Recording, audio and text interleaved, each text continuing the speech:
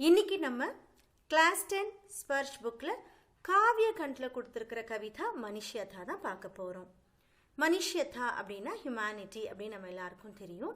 Humanity அப்படின்னா என்ன, ஒரு மனுஷன் எப்படி வாழணும், அவன் வாழ்ந்து இறக்குற வரைக்கும் அவன் எப்படி இருக்கணும் அப்படின்றத பற்றி கவி ரொம்ப அழகாக சொல்லியிருப்பார். லாங்குவேஜும் ரொம்ப சிம்பிளாக இருக்கும், கவிதா ரொம்பவும் இன்ட்ரெஸ்டிங்காக இருக்கும். இந்த கவிதாவை லைன் பை லைன் எக்ஸ்பிளனேஷன் பார்க்கறதுக்கு முன்னாடி கவி பற்றின பரிச்சையும் இந்த லெசன் பற்றின பாட் பிரவேஷம் நம்ம பார்க்கலாம். மைதிலி ஷரண் गुप्त 1886 to 1964.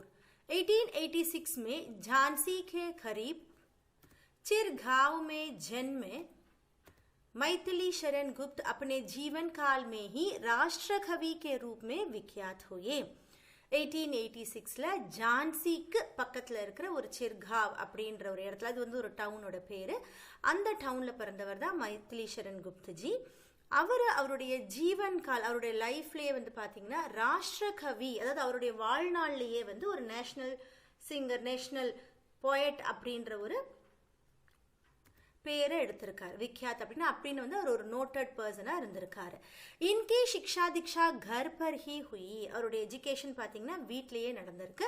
संस्कृत बंगाल मराठी और अंग्रेजी पर इनका समान अधिकार था. சான்ஸ்கிரிட், பெங்காலி, மராட்டி அண்ட் இங்கிலீஷில் இவருக்கு வந்து இந்த எல்லா லாங்குவேஜஸ்க்குமே அவருக்கு நல்லா தெரியும். சமான் அதிகார் அப்படின்னா ஸோ எல்லா கவிதாலுமே இந்த மாதிரி ஈக்குவலாக அவர் எழுதியிருக்காரு அப்படின்னு சொல்கிறாங்க. குப்தஜி ராம் பக்த் கவி है. அவர் என்ன கவின்னு பார்த்தீங்கன்னா ராமர் பக்தருடைய ஒரு கவி. அவர் ராம் கா கீர்த்தி கான் இன்கி சிர் சஞ்சித் அபிலாஷா ரஹி. அதாவது ராமருடைய புகழ் பாடுறது தான் அவருடைய ஒரு லாங் செரிஷ்டு டிசைராக இருந்தது அப்படின்னு சொல்கிறாங்க. इन्होंने भारतीय जीवन को समग्रता में समझने और प्रस्तुत करने का भी प्रयास किया. அதாவது பாரதிய ஜீவன், நம்மளுடைய லைஃபை வந்து ஒரு ஒன்னஸாக காட்டணும், ஹாலிசம் இன்டெகிரிட்டின்னு சொல்லுவாங்க இல்லையா, ஒரு ஒற்றுமையாக காட்டணும், ஒரு ஒன்னஸாக காட்டணும் அப்படின்னு ஒரு நினைப்போடையும் இருந்தார். அதே மாதிரி பிரஸ்தூத் கர்னேகா, அதை ப்ரெசென்ட் பண்ணுறதுக்கும் ரொம்ப அவர் எஃபர்ட் போட்டார் அவருடைய கவிதைகள்ல. गुप्ता जी की कविता की भाषा विशुद्ध खड़ी बोली है. विशुद्ध அப்படின்னா ரொம்ப பியூரான, கடி போலி அப்படின்னா நார்மல் கான்வர்சேஷனில் யூஸ் பண்ணுறது, ஒரு டயலாக்ட் அப்படின்னு சொல்லுவாங்களே, அது அவருடைய கவிதா எல்லாமே ரொம்ப பியூரான ஒரு டயலாக்டோட இருந்தது. பாஷா பர் संस्कृत का प्रभाव है. அவருடைய லாங்குவேஜில் संस्कृतோட எஃபெக்டும் இருந்தது. काव्य की कथावस्तु भारतीय इतिहास के ऐसा अंशों से ली गई है जो भारत के अतीत का स्वर्ण चित्र पाठक के सामने उपस्थित करते हैं. பாரத் கி கதாவஸ்து, அதாவது அவருடைய கதைகள் எப்படி இருக்குன்னு பார்த்தீங்கன்னா பாரதிய இதிகாஸ்க்கு ஐசே அன்ஷம், நம்மளுடைய ஹிஸ்ட்ரியினுடைய சில சர்டன் பார்ட்ஸ் இருக்கும். அந்த பார்ட்ஸ் எப்படி இருக்குன்னு பார்த்தீங்கன்னா பாரத் கே அதீத் கா ஸ்வர்ண சித்திர, நம்மளுடைய பாஸ்டினுடைய ஒரு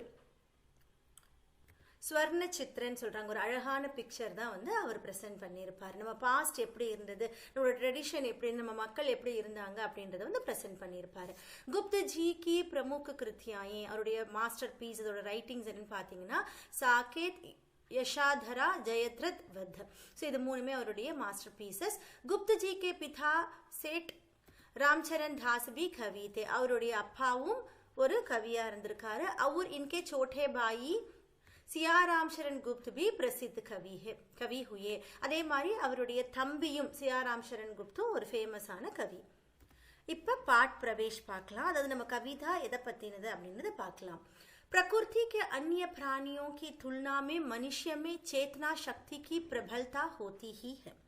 प्रकृति के अन्य प्राणियों, நம்ம நேச்சரில் இருக்கிற, நம்ம இந்த ஏர்த்தில் இருக்கிற அந்நிய பிராணியோக்கி துல்னா, மற்ற அனிமல்ஸ், மற்ற பிராணிகள், மற்ற லிவிங் பீயிங்ஸை கம்பேர் பண்ணும்போது, துல்னா பண்ணும்போது மனுஷமே சேத்தனா சக்திக்கு பிரபலதா, மனுஷங்க கிட்ட என்ன இருக்குன்னு பார்த்தீங்கன்னா ஒரு கான்ஷியஸ்னஸ் இருக்கு அப்படின்னு சொல்றாரு.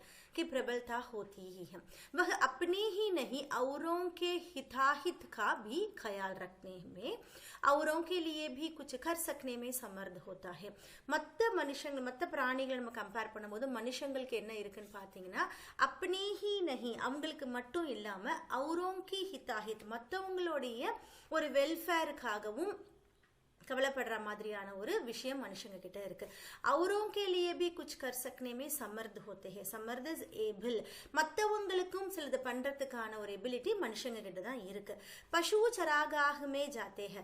சராகாக அப்படின்னா கிரேசிங், அந்த மேய்தல், அந்த கால்நடைன்னு சொல்லுவாங்க இல்லையா, நம்ம கேட்டல்னு சொல்லுவோம். அது மாதிரி தான் இப்போ பசு பார்த்தீங்கன்னா, அனிமல்ஸ் எல்லாம் பார்த்தீங்கன்னா கால்நடை ஜீவன்களா ஆயிடுச்சு.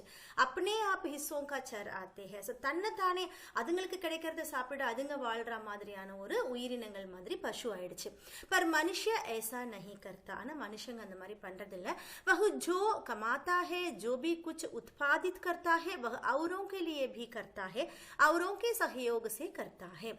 वह जो कमाता है, அவன் என்ன சம்பாதிக்கிறானோ, அவன் வந்து வாழ்க்கையில என்ன சம்பாதிக்கிறானோ, जो भी कुछ उत्पादित करता है, என்ன ப்ரொடியூஸ் பண்றானோ, அவனால என்ன விளைவிக்கப்படுதோ, இது எல்லாமே औरों के लिए भी करता है. மற்றவங்களுக்காகவும் அவன் செய்யறான். தனக்காக மட்டும் அவன் பண்ணிக்கிறது கிடையாது, மற்றவங்களுக்காகவும் அவங்க பண்றாங்க. औरों के सहायक से करता है, சகயோக சே கர்த்தா ஹே. மற்றவங்களுடைய நன்மைக்காகவும் அவங்க பண்றாங்க. மனுஷங்க அப்படின்றவங்க தனக்காக வாழ்றது இல்லாம மற்றவங்களுக்காகவும் வாழ்றது. இது நம்ம ஒரு ஃபேமிலிக்குள்ளேயே பார்க்கலாம் இல்லையா. அப்போ ஒருத்தருக்கு ஒருத்தர் டிபெண்ட் பண்ணியும் அதே மாதிரி ஒருத்தர்களும் மற்றவங்களுக்கு ஹெல்ப் பண்ணி தான் வாழ்றோம். இதே தான் சொசைட்டியும் அப்படின்னு அவர் சொல்ல வராரு. प्रस्तुत पाठ का कवि अपनों के लिए जीने मरने वालों को मनुष्य तो मानता है, लेकिन यह मानने को तैयार नहीं है कि ऐसे मनुष्यों में मनुष्यता के पूरे लक्षण भी है. ஸோ இந்த கவி என்ன சொல்றான்னு பாருங்க. பிரஸ்துத் பாட்மே நம்மளுக்கு கொடுத்துருக்கிற இந்த லெசன்ல கவி अपनों के लिए जीने मरने वालों के मनुष्यत्व मानता है. ஸோ தனக்காகவே வாழ்ந்து இருக்கிற மனுஷங்களை பத்தி பேசுறாரு. மனுஷத்துவ மான்தா, அவங்க வந்து மனிதர்கள் அப்படின்னு வந்து அவர் கன்சிடர் பண்றாரு. யார் ஹியூமன் பீயிங்ஸ் அப்படின்னு அவர் கன்சிடர் பண்றாரு. ஆனா யஹ் மான்னே கோ தயார் நஹி ஹை. ஆனா இதை வந்து அவர் ஒத்துக்கல. எந்த விஷயத்தை அவர் ஒத்துக்கலன்னு பாருங்க. ऐसे मनुष्यों में, அதாவது தனக்குத்தானே வாழ்ற அந்த மனுஷங்க கிட்ட மனுஷியதா கே பூரே லக்ஷன் பி ஹை, அவங்க கிட்ட ஹியூமனிட்டி இருக்கு அப்படின்றத அவர் ஒத்துக்க மாட்டேங்கிறாரு. அவங்க மனிதர்கள் தான், ஆனா அவங்க கிட்ட ஹியூமனிட்டி இருக்கா அப்படின்னா அது வந்து அவரு அக்செப்ட் பண்ணல.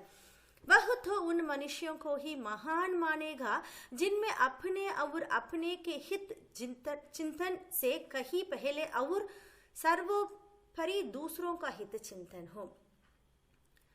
वह तो उन मनुष्यों को ही महान मानेगा. ஸோ இப்போ ஒரு பர்சனை பற்றி பேசுகிறாரு. இந்த மனுஷங்களுக்கு நடுவில் மகானாக கருதப்படுற ஒரு பர்சன் யாருன்னு பார்த்தீங்கன்னா, ஜின்மே அப்பனே அவர் அப்பனோं के हित, அதாவது தன்னையும் தன்னை சார்ந்தவங்களுடைய வெல்ஃபேர், ஹித் அப்படின்னா முன்னேற்றம், வெல்ஃபேர், கல்யாண் அப்படின்னு சொல்லுவோம் இல்லையா, அதை பற்றி சிந்தன் சே கஹி பெஹலே, அதை பற்றி கவலைப்படுறதுக்கு முன்னாடி சர்வோபரி, அதுக்கு முன்னாடி ரொம்பவும் முன்னாடி தூசரோं का हित चिंतन हो, மற்றவங்களுடைய ஒரு முன்னேற்றத்தை பத்தி கவலைப்படுறவங்க, அந்த மாதிரி மனிதர்களை தான் மகான் அப்படின்னு சொல்றாரு. உஸ்மே வே குன் ஹோ ஜின்கே காரன் कोई मनुष्य इस मृत्युलोक से गमन कर जाने के बावजूद युगों तक औरों की यादों में भी बना रह पाता है. उनमें से இப்போ மகான் அப்படின்னு நம்ம ஒரு சர்டன் பர்சனை பத்தி சொல்றோம் இல்லையா, அந்த பர்சன் கிட்ட உண்மை வே குன்னு ஹோ, அவங்க கிட்ட அந்த மாதிரியான குணங்கள் இருக்கு. ஜின்கே காரன் கோயி மனுஷ்ய இஸ் மிருத்யு லோக், இது நம்ம உலகத்தை வந்து மிருத்யு லோக் அப்படின்னு சொல்ற மார்டலான ஒரு உலகம். அதாவது இந்த உலகத்துல பிறக்கிறவங்க எல்லாமே ஒரு சமயத்துல இறக்க தான் போறாங்க இல்லையா. டெத் இஸ் இம்மார்டல் அப்படின்ற மாதிரி ஒரு மனுஷங்க பிறக்கிறாங்கன்னா அந்த டெத்துன்றது நம்ம எல்லாருக்குமே நிகழ்ந்தே ஆகணும்னு சொல்றாரு. ஸோ அந்த மாதிரி இருக்கிற சமயத்துல உண்மைவே குன்ஹோ ஜின்கே காரன் கோயி மனுஷ்ய இஸ் மிருத்யு லோக், அதாவது இந்த டெத்து நடக்கக்கூடிய இந்த உலகத்துல சே கமன் கர் ஜானே கே பாவஜூத், நம்ம இந்த டெத் ஆகி கமன் அப்படின்னா கோயிங்னு அர்த்தம். டெத் ஆகி போறதுக்கு பதிலா பாவஜூத் இன்ஸ்பைட் ஆஃப் என்ன நடக்குதுன்னு பாத்தீங்கன்னா, யுகோம் தக் औरों की यादों में भी बना रह पाते, யுகம் யுகமா மற்றவங்களுடைய சிந்தனையில வாழக்கூட அந்த மாதிரியான மகானை பத்தி தான் அவர் பேசுறாரு. युगों तक औरों की यादों में भी बना रह पाता है. उसकी मृत्यु भी सुमृत्यु हो जाती है. அவருடைய இறப்பு கூட ஒரு நல்ல இறப்பு ஆகுதுன்னு சொல்றாரு. मृत्यु भी सुमृत्यु हो जाती है. आखिर क्या है वे गुण? அப்போ இந்த குணத்தை என்ன அப்படின்றத நம்ம இந்த கவிதால பார்க்க போறோம். ஆகிர் क्या है वे गुण, அந்த குணம் என்னன்றது தான் இந்த கவிதால நம்மளுக்கு கவி ரொம்ப அழகா சொல்லியிருக்காரு. இப்போ நம்ம கவிதாவை லைன் பை லைன் எக்ஸ்பிளனேஷன் பார்க்கலாம்.